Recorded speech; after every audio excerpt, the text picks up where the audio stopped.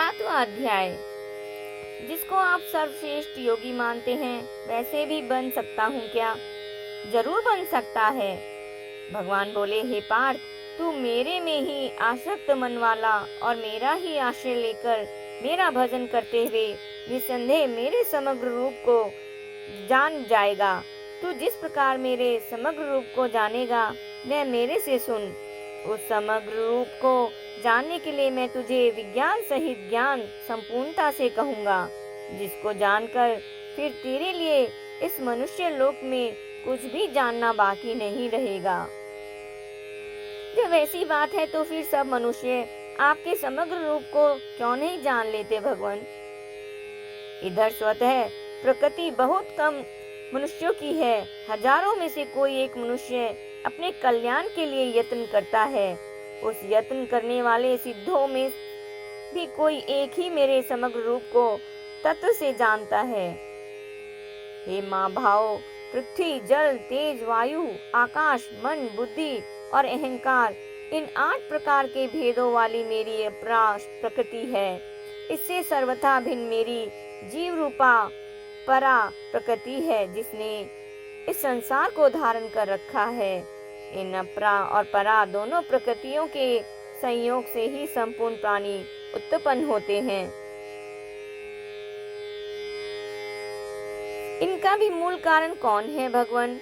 मैं ही संपूर्ण संसार का मूल कारण हूँ, क्योंकि संसार मेरे से ही उत्पन्न होता है और मेरे में ही लीन होता है।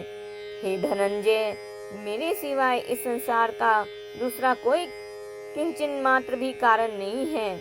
जैसे सूत की बनाई हुई मणियां सूत के धागे में ही पिरोई जाएं तो उस माला में सब सूत ही सूत है, ऐसे ही संपूर्ण संसार में मैं ही मैं हूँ। पर मैं इस बात को कैसे समझूं भगवान?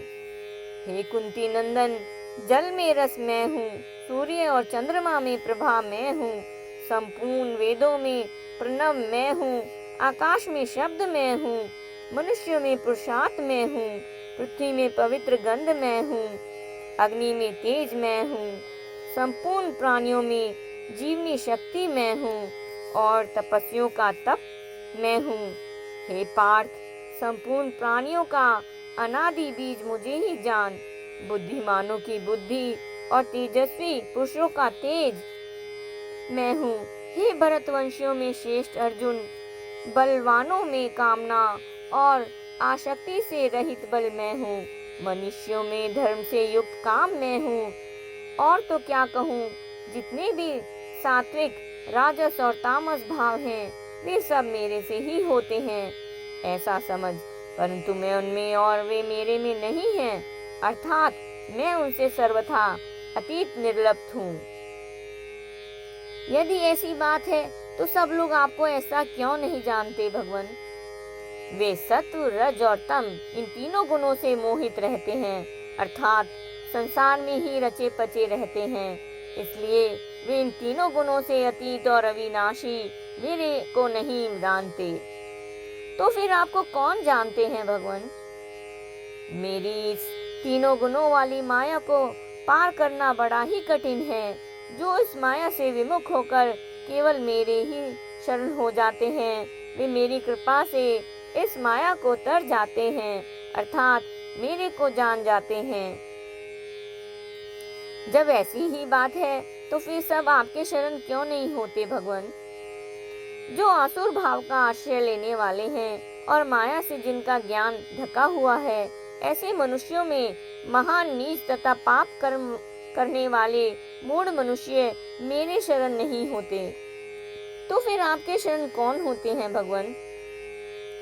हे भरतवंशियों में श्रेष्ठ अर्जुन, अर्थात्री, आर्त, जिज्ञासु और ज्ञानी, ये 4 प्रकार के सुकृति भक्त मेरा भजन करते हैं, अर्थात मेरे शरण होते हैं। इन चारों में श्रेष्ठ कौन है? इन चारों भक्तों में अनन्य भक्ति वाला ज्ञानी भक्त श्रेष्ठ है, क्योंकि वह निरंतर मेरे में लगा रहता है, इसलिए मैं उसको और वह मेरे को अत्यंत प्यारा है। क्या दूसरे भक्त श्रेष्ठ नहीं हैं? वे सभी उदार हैं, श्रेष्ठ हैं। प्रेमी भक्त तो मेरी आत्मा ही है, ऐसा मेरा मत है, क्योंकि जिससे श्रेष्ठ दूसरी कोई गति नहीं है, ऐसे मुझ में ही वह लगा हुआ है और मुझ में ही दृढ़ आस्था वाला है।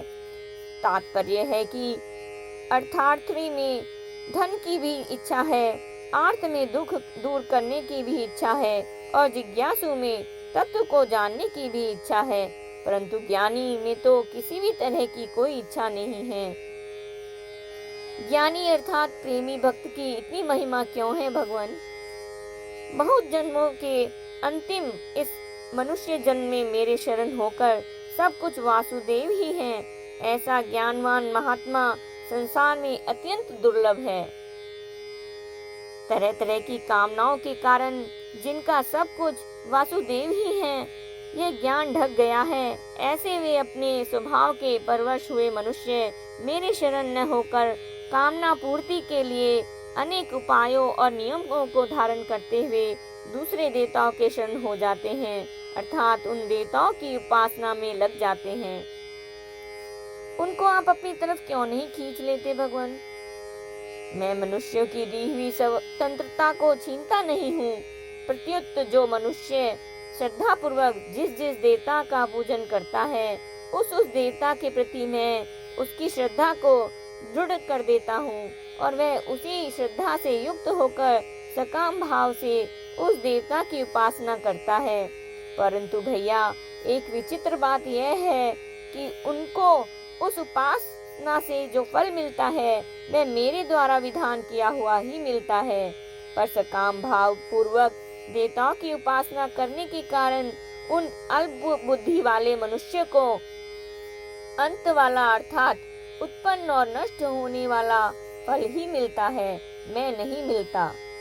देवताओं का पूजन करने वाले अधिक से अधिक देवताओं के पुनर्वर्ती लोकों में जा सकते हैं, पर मेरे भक्त मेरे को ही प्राप्त होते हैं। जब आपके भक्त आपको ही प्राप्त होते हैं तो फिर सब आपके भक्त क्यों नहीं हो जाते? भैया, बुद्धिहीन मनुष्य मेरे सर्वश्रेष्ठ अविनाशी परम भाव को न जानते हुए मुझ अव्यक्त परमात्मा को जन्मने से मरने वाला मनुष्य ही मानते हैं, फिर मेरे भक्त कैसे बन सकते हैं? वे आपके परम भाव को नहीं जानते तो न सही, पर आप उनके सामने अपने असली रूप से प्रकट क्यों नहीं हो जाते? नहीं भैया, जब वे मूढ़ लोग मेरे को अजन्मा और अविनाशी नहीं मानते, तब योग माया से अच्छी तरह से आवृत हुआ मैं उनके सामने अपने असली रूप से प्रकट नहीं होता। क्या उस योग माया का पर्दा आपके सामने नहीं रहता? नहीं अर्जुन, मैं तो भूत भविष्य और वर्तमान में होने वाले संपूर्ण प्राणियों को जानता हूँ, पर वे माया से मोहित जीव मेरे को नहीं जानते।